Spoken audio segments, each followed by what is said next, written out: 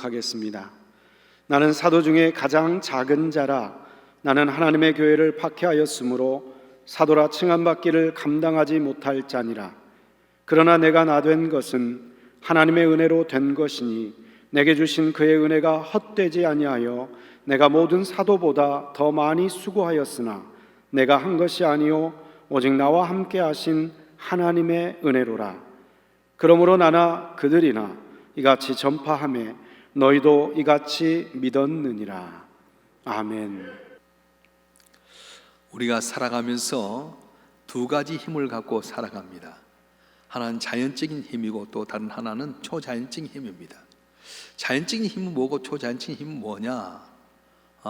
이렇게 쉽게 표현하면 다윗과 골리앗을 이야기하면 쉽게 표현할 수 있는데요, 골리앗은 자연적인 힘, 자기 힘 갖고 싸웠습니다. 키가 컸습니다.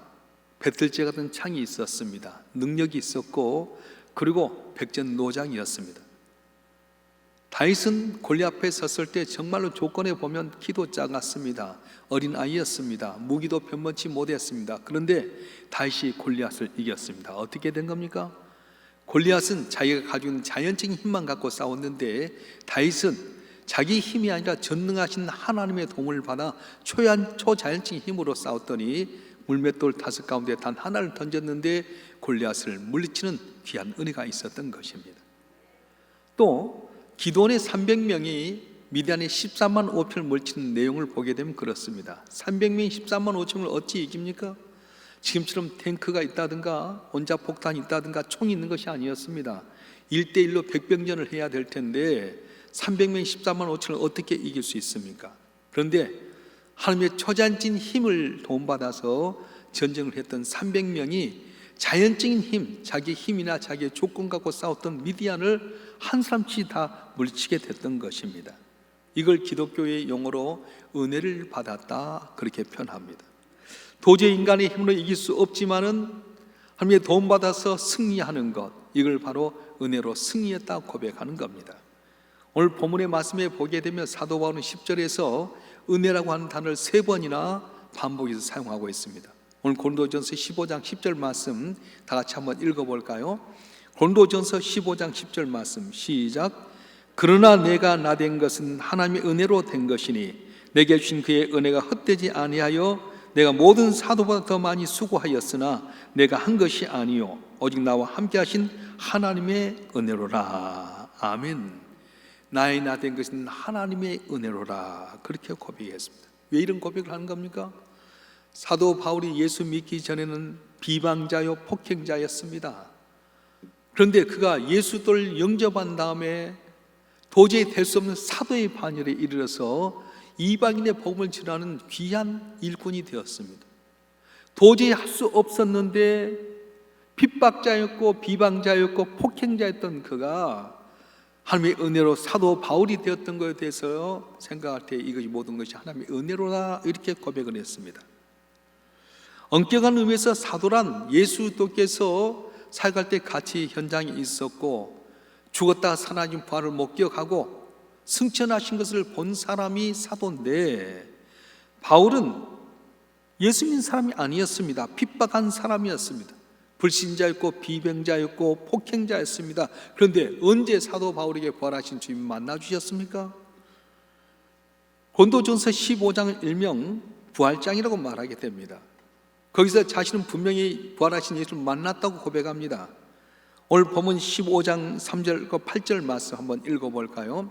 고린도전서 15장 3절부터 8절의 말씀 시작. 내가 받은 것을 먼저 내게 전하였노니 이는 성경대로 그리스도께서 우리 죄를 위하여 죽으시고 장사 지낸 바 되셨다가 성경대로 살만에 다시 살아나사 게바에게 보이시고 후에 12제자에게와 후에 500의 형제에게 일시에 보이셨나니 그 중에 지금까지 대다수는 살아있고 어떤 사람은 잠들었으며 후에 야곱에게 보이셨으며 후에 모든 사도에게와 맨 나중에 만삭되지 못하는 난자 같은 내게도 보이셨느니라. 아멘. 사도라 칭함받기에는 너무도 부족하고 죄인이었는데 부활하신 주님께서 자기를 만나주시고 사도로 칭해주셨다. 너무 감격하고 있는 겁니다. 그가 뭐라고 고백하는 겁니까? 우리 9절 말씀 다시 한번 읽어보겠습니다. 9절 말씀 시작. 나는 사도 중에 가장 작은 자라. 나는 하나님의 교회를 박해하였으므로 사도라 칭함받기를 감당하지 못할 자니라. 아멘.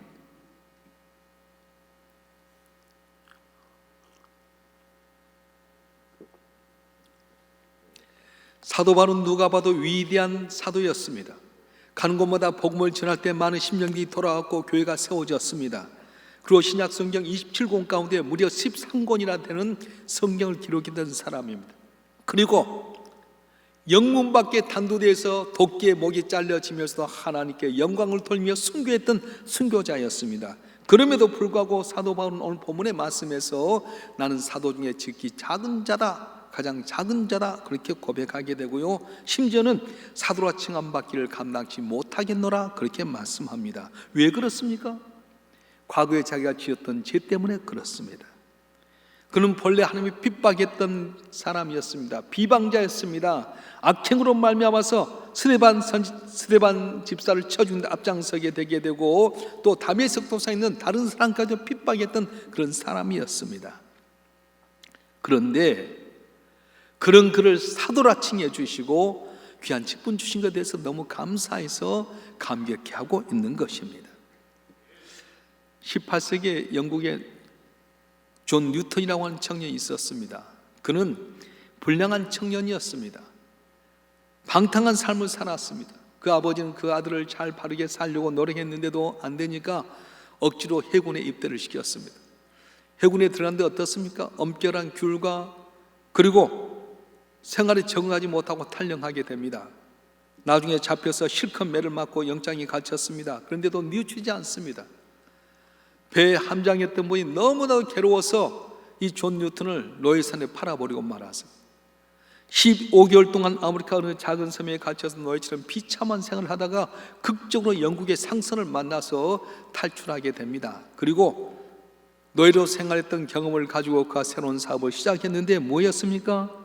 노예선의 선장이 되어서 아프리카의 흑인들을 가져다가 팔아 넘기는 일을 했습니다. 그러던 어느 날 노예선을 이렇게 이끌고 아프리카 흑인들을 데리고 오는 가운데 폭풍과 몰아치게 됩니다. 그러면서 그 죽음 가운데 하나님을 만나게 되고 거꾸러지게 됩니다. 그리고 새 사람이 되었습니다. 뒤에 하나님의 은혜로 목사가 되었습니다. 자신의 과거에 어두웠던 시절을 회상하면서 나 같은 죄인이 어찌 하나님의 자녀가 되고 하나님의 종이 될 수 있는가. 그래서 그가 시를 지었던 것이 우리가 잘 알고 있는 찬수가 305장 Amazing Grace, 나 같은 죄인 살리신 그 내용입니다. 나 같은 죄인 살리신 주 은혜 놀라워 잃었던 생명 찾았고 광명을 얻었네. 큰 죄악에서 건지신 주 은혜 고마워 나 처음 믿은 그 시간 귀하고 귀하다.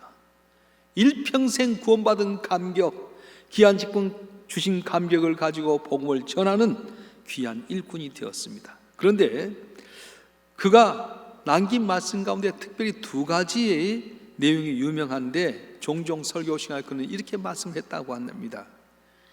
이 다음에 내가 천국에 가면 놀랄 일이 세 가지가 있을 겁니다. 첫째는 그곳에 당연히 있을 거라고 생각했던 사람이 그곳에 없다는 사실 때문에 놀랄 것이고, 둘째는 그곳에 있을 수 없는 사람이라고 생각했던 사람이 와 있는 것을 보고 놀랄 것이고, 셋째는 나 같은 죄인이 그곳에 있는 것을 보고 놀랄 것입니다. 그렇게 고백했습니다. 사랑하는 성도 여러분, 존 뉴턴 목사의 말씀대로 천국에 가 있을 줄 알았는데 가서 보니까 없는 사실 때문에 놀랄 때가 있을 겁니다. 천국에 올 수 없을 거라고 생각했던 사람이 거기 와 있는 것을 보고 놀랄 수도 있을 겁니다. 특별히 우리 모습이 내가 내 자신을 아는 것처럼 죄인이고 죽을 수밖에 없는 자인데 천국에 가 있는 걸 보고 놀랄 일이 있을 거라는 거예요. 할렐루야. 누가 천국에 가는 겁니까? 바리새인처럼 자기 의가 많은 사람은 갈 수가 없습니다. 그런데 남이 볼 땐 죄인이고 세리이고 창기일지라도 주 앞에 겸손히 나는 죄인입니다, 주님밖에 없습니다, 주의 은혜를 받는 자는 천국에 가게 되게 된다는 것입니다. 또 한 가지 그가 남긴 유명한 말이 있습니다. 나이가 들어갈수록 기억력이 감퇴해서 자주 잊어버리게 되는데 그는 그때 이런 말을 했습니다. 내가 다른 건 다 잊어버린다 할지라도 나는 이 한 가지만큼 결코 잊어버릴 수가 없습니다. 그건 내가 과거에 너무 큰 죄인이었다는 것과 그럼에도 불구하고 예수님 나의 구세주가 되었다는 것입니다. 그렇게 고백했어요. 그렇습니다. 우리가 우리 자신을 돌이켜보면 너무 큰 죄인 아닙니까? 내가 잘나고 똑똑하고 의로서 이렇게 된 것이 아니라 부족하고 죄가 많은데도 불구하고 예수님께 나를 택하여서 하나님의 자녀가 되고 구원받는 것에 너무 감격하지 않습니까?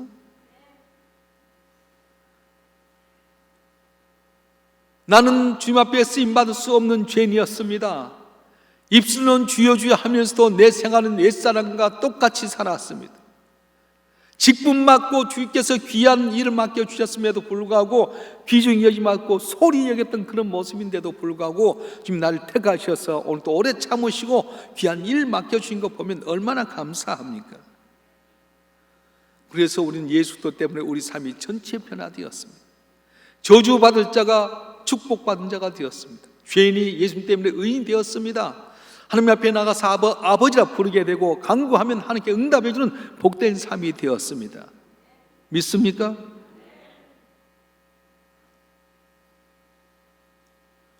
사도 바울은 예수 믿기 전에 비방자요, 폭행자요, 그리고 그는 많은 사람 핍박하는 자였습니다. 그런데 그가 부활하신 주님을 만났다는 거예요. 그럼 언제 그가 주님을 만나게 됩니까?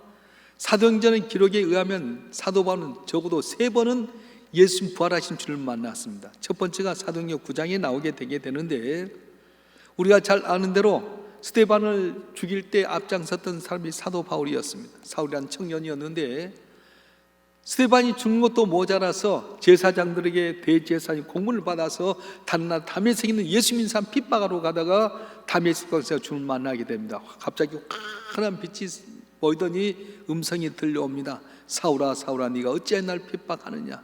주여 네 시오니까 난 네가 핍박하는 나사렛 예수니라. 그때 부활하신 주님께서 바울에게 나타나시고 그를 구원해 주시고 사도의 직분을 주셨습니다. 이때는 예수님 승천하신 이후였는데도 불구하고 예수님 특별히 사도 바울을 만나기 위해서 부활하신 주님의 모습으로 나타나시고 이방인의 사도로 삼으셨던 겁니다. 이게 특별한 은혜였습니다. 두 번째는 사도행전 18장이 나오게 되는데, 고린도에서 복음을 전하고 있을 때 밤에 환상 가운데 주님께서 사도 바울에게 나타나셨어요. 사도행전 18장 9절과 10절 말씀 우리 한번 읽어보겠습니다. 사도행전 18장 9절과 10절 시작.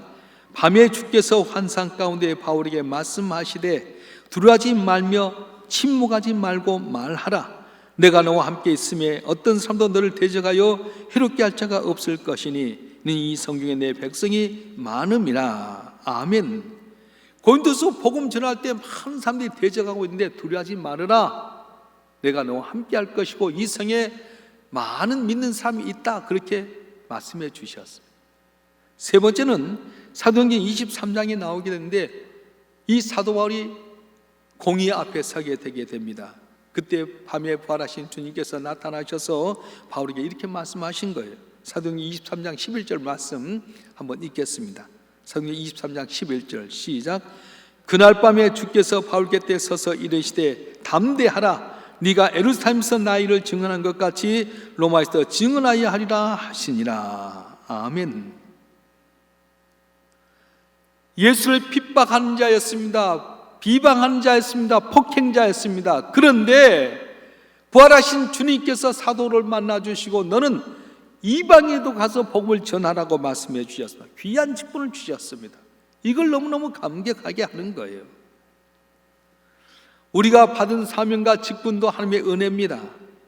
내가 직분 받은 건 내가 똑똑하고 잘나고 믿음이 있어서 받은 것 아닙니다. 물론 직분은 믿음이 있어서 받을 수 있지만 직분 받았다고 다 믿음이 있는 건 아니에요. 너무도 부족한데도 목사로, 장로로, 권사로, 집사로 세우셔서 죄를 감당케 만드셨습니다. 그래서 우리는 어떻게 해야 됩니까? 더 겸손하게 충성해야 됩니다. 그런데 어떻습니까? 평상시 평신도때는 잘하다고 직분을 맡으면 교만해져 버리고 맙니다. 새벽 기도도 하지 않습니다. 성경도 읽지 않습니다. 직분이 꼭 그분의 믿음을 나타내는 건 아닙니다. 물론 믿음이 있기 때문에 직분자를 세우셨는데 미약하고 부족한데도 직분자로 세우신 이유는 뭐냐 하면 더 잘하라고 하는 격려가 있게 된다는 것입니다. 그래서 우리는 어떻게 해야 됩니까? 시편 116편 12절 말씀처럼 내게 주신 모든 일을 내가 여호와께 무엇으로 보답할까 하는 마음으로 그 은혜에 감격하면서 우리가 충성하고 헌신해야 된다고 하는 것입니다. 할렐루야. 사도 바울은 오늘 고린도전서 15장 11절부터 10절부터 11절까지 이렇게 말씀합니다. 우리 한번 읽어보겠습니다. 시작. 그러나 내가 나된 것은 하나님의 은혜로 된 것이니 내게 주신 그의 은혜가 헛되지 아니하여 내가 모든 사도보다 더 많이 수고하였으나 내가 한 것이 아니요 오직 나와 함께 하신 하나님의 은혜로라. 그럼 나나 그들이 나 이같이 전파하되 너희도 이같이 믿었느니라. 아멘. 사도 바울은 어떤 사도보다 더 수고했다고 말했습니다. 그런데 수고했는데 많은 핍박을 받았습니다. 매도 수없이 맞았습니다. 감옥에도 여러 번 들어갔습니다. 생명 위험을 수없이 받았습니다. 때로는 죽기도 하고 굶주기도 하고 헐벗기도 했습니다. 그런데 이 모든 수고를 하나님의 은혜라고 표현했습니다. 생각해 보십시다. 우리가 무슨 일이 잘 되고 형통하면 하나님의 은혜라고 해야 되지 않습니까? 병들었다가 건강이 회복되고 나면 하나님의 은혜라고 하지 않습니까? 사업에 실패했다가 성공하게 되면 하나님의 은혜로 해야 되지 않습니까? 그런데 바울은 오늘 본문에서 뭐라고 말씀하는 겁니까? 예수님 때문에 당하는 수고, 예수님 때문에 당하는 고통, 이것이 우리 하나님의 은혜라고 고백하는 거예요. 그에게 있어서 성공만이 하나님의 은혜가 아니었습니다. 실패도 하나님의 은혜였습니다. 건강만이 하나님의 은혜가 아니었습니다. 병약한 것조차도 하나님의 은혜였습니다. 바울은 자기를 찌르는 육체의 가시마저도 하나님의 은혜라고 여겼습니다. 자유롭게 복음 전하는 것만이 은혜가 아니라 오히려 감옥에 갇혀 있는 것도 은혜라고 고백했습니다. 바울은 사는 것도 하나님의 은혜지만은 죽는 것조차 하나님의 은혜로 여겼습니다. 그래서 그는 로마의 영문 밖에서 도끼로 목이 잘려지면서도 기쁜 마음으로 순교할 수 있었던 것입니다. 우리는 어떻습니까? 하나님께 우리가 주신 은혜가 너무 크고 감사한데도 불구하고 언제나 뭔가 부족한 것처럼 살아가고 있지는 않습니까? 오늘 바울이 모든 것을 족한 은혜로 알고 감사했던 것처럼 여러분에게 준 모든 걸 감사하고 은혜로 여기는 복된 삶이 되길 주로 축원합니다. 축원합니다.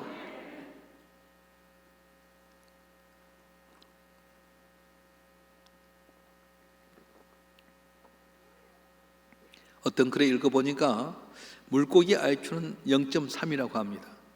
붕어가 바로 옆에서 자기의 친구가 미끼에 걸려 바둥치며 올라간 걸 보면서도 또 자기 앞에 지렁이가 날카로운 이 낚시 바늘에 감춰져 갖고 지렁이 낼름낼름한 그것도 잡아서 걸리는 것이 바로 붕어의 IQ랍니다. 여러분, 근데 우리의 영적인 IQ는 어떻습니까? 하나님 에베네셀의 하나님 임마누엘 하나님이십니다. 지금까지도 놀라운 은혜로 우리를 지켜주셨고 오늘도 우리와 함께 계고 계십니다. 또 앞으로도 하나님의 은혜로 우리는 살아가게 될 것입니다. 그럼에도 불구하고 우리는 얼마나 많은 하나님의 은혜를 기억하고 살아갑니까? 무슨 일이 있을 때 조금 잘하면 내가 잘나서 한 줄 압니다. 그런데 조금만 어려우면 하나님 어디 계시냐고 불평하고 낙심하고 절망할 때가 많습니다. 사랑하는 성도 여러분, 하나님 우리가 한량없는 은혜를 베풀어 주셨는데 지금도 베풀어 주시고 앞으로 베푸실 것인데 우리는 그 은혜를 잊어버리고 살아가는 거예요. 그래서 하나님께 이스라엘 백성들이 하신 말씀이 내가 내게 베풀었던 은혜를 잊지 말라고 말씀하신 겁니다. 우리 중에 아무도 하나님의 은혜를 받은 적이 없다고 말할 수 있는 사람은 없을 것입니다. 먹는 것, 입는 것, 자는 것, 숨 쉬는 것조차도 하나님의 은혜인데 잊고 살아서 그러지 하나님의 은혜가 없다고 할 사람은 하나도 없을 거예요. 어느 잡지에 보니까 성인을 기준으로 해서 심장이 하루에 박동치는 것이 얼마냐? 작업체 103,689번을 심장이 뛴다고 합니다. 밥을 먹을 때도, 내가 일을 할 때도, 내가 운동할 때도, 무식에 잠을 잘 때도 내 심장은 103,689번을 뛰고 있습니다. 또 하루 동안에 숨을 23,040번 숨을 쉰다고 합니다. 하루에 700만 개의 두뇌 세포를 사용해서 산다고 합니다. 놀랍지 않습니까? 내가 무슨 일을 잘하고 노력해서 내 심장이 이렇게 많이 뛴 것도 아니고, 내가 수고해서 내 폐가 이렇게 많이 뛰는 것 아닙니다. 내가 무슨 노력을 해서 두뇌 세포가 700만 개가 돌아간 것 아닙니다. 나는 아무 수고도 하지 아니했는데 하나님께서 내 인체를 그렇게 만들어 주셨고, 내가 수고하지 않은데도, 생각조차 못했을 때도 심장이 뛰고 폐가 움직이고 내 두뇌가 돌아가서 내가 오늘 있게 된 거라고 하는 것입니다. 할렐루야. 여러분 나름대로 성경을 읽으면서 자기 마음에 와닿는 성경 내용들이 있을 겁니다. 저도 힘들고 어려울 때 내게 힘이 되는 성경 구절들이 몇 군데가 있어요. 전 열왕기하 3장에 나온 내용을 참 좋아합니다. 거기에 보게 되면 이스라엘 왕 여호람이 모압 왕 멜사가 자기 아버지 왕 때 조공을 드렸는데, 아버지 죽고 나자 조공을 안 드리니까 사돈이었던 여호사밧 왕과 에돔의 왕에게 도움을 요청해서 많은 군사를 이끌고 이만하면 됐다고 나가게 되었어요. 이건 자연적인 힘이에요. 이 정도면 모압 멜사 왕은 세 발의 피다 그렇게 나갔는데 연합군이 이끌고 가는 7일 만에 물이 떨어지고 말았어요. 아무리 연합군 수가 많아도 물이 없어 죽게 되면 어떻게 하는 겁니까? 그때 여호사밧이 하나님께 물을 자가 있느냐 해서 엘리사를 찾아갔는데 엘리사 선지자가 말합니다. 비도 보지 못하고 바람도 보지 못하지만은 이곳에 개천을 많이 팔아. 그리하면 물이 넘쳐 너와 너희 가족들이 먹으리라 말씀하셨습니다. 그래서 그들이 개천을 많이 팠습니다. 갈증이 나서 허덕거린데도 불구하고 밤새 개천을 팠습니다. 그런데 물이 나왔습니까? 물이 안 나왔어요. 내가 팠던 곳에서 물이 안 나왔는데 신기하게도 에돔 동편에서 물이 흘러가지고 그 물이 흐른 곳에 팠던 개천의 물이 웅덩이에 걸면서 아침에 태양이 떠오를 때 이 햇빛이 핏빛같이 비치면서 모압 왕이 볼 때 자중 질환이 일어났구나. 그래서 공격으로 들어왔다가 그들이 호국에 걸려 다 망하게 됩니다. 나는 거기에 은혜를 받아요. 그래, 내가 수고하고 노력해서도 거기서 물은 안 나올 수 있다. 그러나 순종하면 전혀 생각지 못한 방법, 전혀 생각지 못했던 곳에서 물이 흘러서 내가 팠던 그곳을 통해 물이 넘치게 되고 오히려 내가 이기고자 했던 전쟁의 승리도 얻게 된다는 그런 말씀이에요. 믿으시길 주님 축원합니다. 순종하면 거기서 안 나올 수도 있습니다. 근데 하나님은 내 생각과 내 방법과 전혀 다르게 다른 방법으로 복을 주시고 승리게 만드신다고 말씀하고 있는 것입니다. 올해 일산 명숙회 창립 25주년을 맞이했습니다. 세상적인 시각으로 볼 땐 도저히 불가능한 일을 가능케 했습니다. 정말 우리 성도들은 부자도 없습니다. 정말로 나약하고 보잘것 없는데 우리를 통해서 이렇게 아름다운 귀한 성전을 지었습니다. 그리고 코로나 팬데믹의 시대인데도 불구하고 우리가 이렇게 한 자리에 모여서 버티게 만들고 지나게 한 건 하나님의 은혜가 아닐 수가 없습니다. 저는 이렇게 돌이켜보면서 여러분 모르지만 피부로 난 너무 많은 걸 느끼는 거예요. 우리가 선택하고 우리가 계획했던 건 다 잘못된 건 하나님이 합력의 선을 이루게 만드셨어요. 요셉이 형에 의해서 애굽 땅에 팔려갔는데 국무총리 되게 하셨던 것처럼 우리가 머리를 짜고 이렇게 했는데 오히려 합력의 선을 이루게끔 주께서 만들어 주셨어요. 이유가 무엇입니까? 바로 그 아들 예수 그리스도를 우리가 철저히 믿었기 때문에, 그 아들 예수 때문에 우리 삶이 달라지게 만드셨어요. 아들 예수 십자가에 못 박게 내주신 하나님께서 그 아들과 더불어 좋은 걸 주지 않겠느냐 말씀하셨는데, 예수님을 우리 구주로 믿고 한 자리에 모인 우리들에게 하나님께서 그 아들과 더불어서 좋은 걸 주실 줄 믿습니다. 할렐루야. 그래서 우리는 어떻게 해야 됩니까? 나를 구원해 주시고 택해 주시고 자녀 삼으시고 귀한 직분 주신 하나님 앞에 내게 맡긴 사명을 잘 감당해서 그걸 종직케 하는 역할을 감당해야 된다는 거예요. 우리가 자주 암송하는 빌립보서 1장 20절 21절 말씀을 한번 같이 읽어보십시다. 빌립보서 1장 20절 21절 시작. 나의 간절한 기대와 소망을 따라 아무런지 부끄러워하지 아니하고 지금도 정같이 온전히 담대하여 살든지 죽든지 내 몸에서 그리스도와 종이 되게 하리 하나니 내게 사는 것이 그리스도 죽는 것도 유익함이라. 아멘. 살아도 주를 살고 죽어도 주를 위해서 죽고 내 몸에서 그리스도가 종이 되게 하려 하나니 내게 사는 것이 그리스도 죽는 것도 유익함이라. 여러분을 통해 그리스도와 종이 되기를 바랍니다. 여러분 자녀를 통해 그리스도와 종이 되기를 바랍니다.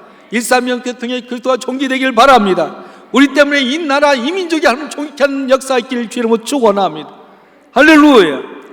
자연적인 힘으로는 절대 안 됩니다. 그러나 주의 은혜로 말미암아 초자연적인 힘이 임하게 되면 능치 못하면 역사가 일어나게 되게 된다는 거예요. 이렇게 큰 성전을 짓게 하신 하나님의 뜻이 무엇일까요? 그가 나의 갈 길을 아시나니까 나를 단련하신 후에 내가 숨같이 되어 나오리라 하는 말씀처럼 이 어려운 역경 가운데 하나님만이 우리 힘이고 주님만이 우리의 방패산성 요새라고 믿고 나가게 되게 되면 이 성전도 가득 채워줄 줄 믿습니다. 일사명계 주의 영광이 온 땅에 증거된 역사 일어날 줄 믿습니다. 함께 헌신하고 충성했던 여러분 통해 놀란 기적의 역사가 일어나게 될 줄로 믿습니다. 이런 복이 함께 하기를 주님으로 축원합니다. 축원합니다.